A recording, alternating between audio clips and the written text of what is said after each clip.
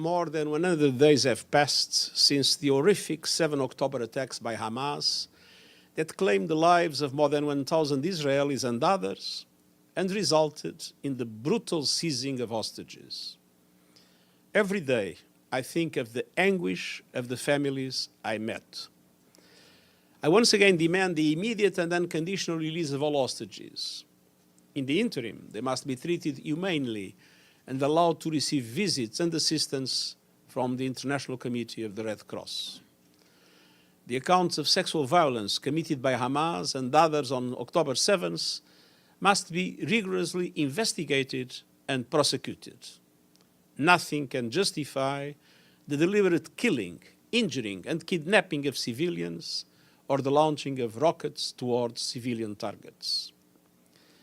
At the same time, the onslaught on Gaza by Israeli forces over these 100 days has unleashed wholesale destruction and levels of civilian killings at a rate that is unprecedented during my years as Secretary General. And the vast majority of those killed are women and children.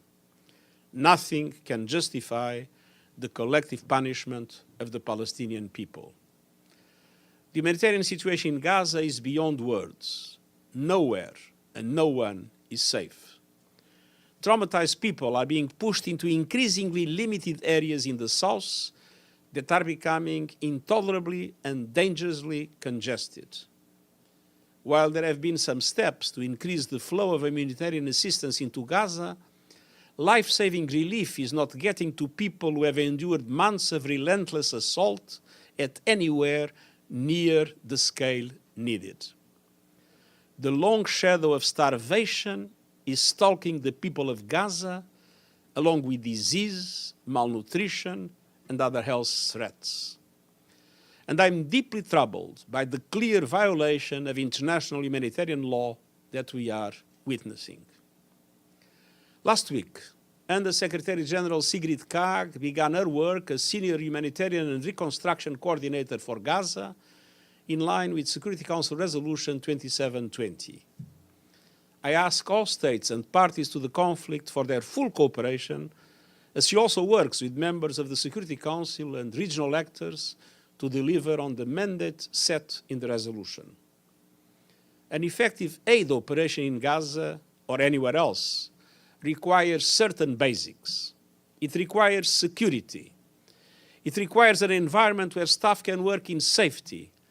It requires the necessary logistics and the resumption of commercial activity. The obstacles to aid are clear, and they have been identified not only by the UN, but by officials from around the globe who have seen the situation for themselves. First, the United Nations and all partners cannot effectively deliver humanitarian aid while Gaza is under such heavy, widespread, and unrelenting bombardment. This endangers the lives of those who receive aid and those who deliver it. The vast majority of our Palestinian staff in Gaza have been forced to flee their homes.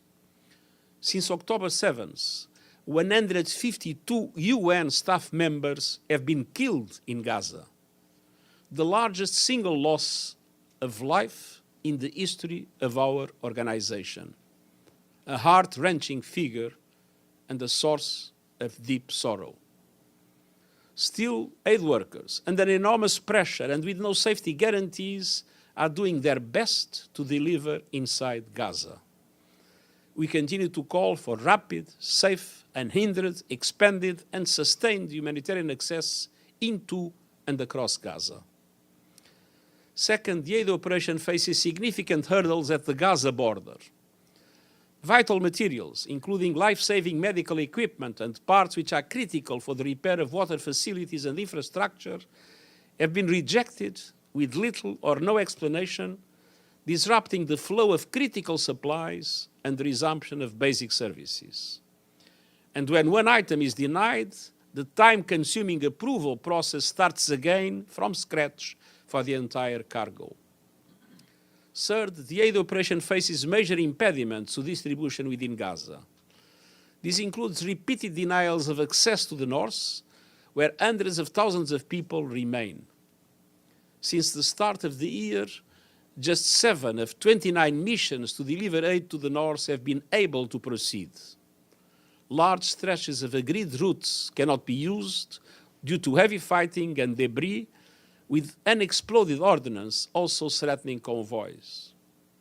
Humanitarian notification systems to maximize the safety of aid operations are not being respected. In addition, frequent telecommunications blackouts means humanitarian workers cannot seek out the safest roads, coordinate aid distribution, or track the movements of displaced people who need assistance. We are seeking to ramp up the response, but we need basic conditions in place. The parties must respect international humanitarian law, respect and protect civilians, and ensure their essential needs are met. And there must be an immediate and massive increase in the commercial supply of essential goods. The UN and humanitarian partners cannot alone provide basic necessities that should also be available in markets to the entire population. Ladies and gentlemen of the media, meanwhile, the cauldron of tensions in the occupied West Bank is boiling over with heightened violence, compounding an already dire fiscal crisis for the Palestinian Authority. Tensions are also sky high in the Red Sea and beyond, and may soon be impossible to contain. I have serious concerns about daily exchanges of fire across the blue line. This risks triggering a broader escalation between Israel and Lebanon and profoundly affecting regional stability. Tens of thousands of people in northern Israel and southern Lebanon have been displaced by the fighting, and humanitarian access in Lebanon continues to be constrained. I am profoundly worried by what is unfolding. It is my duty to convey this simple and direct message to all sides. Stop playing with fire across the blue line, de-escalate, and bring hostilities to an end in accordance with Security Council Resolution 1701. Ladies and gentlemen of the media, I have outlined concerns about a wide range of issues. The unprecedented level of civilian casualties and catastrophic humanitarian conditions in Gaza, the fate of the hostages, the tensions that are spilling across the region. There is one solution to help address all these issues.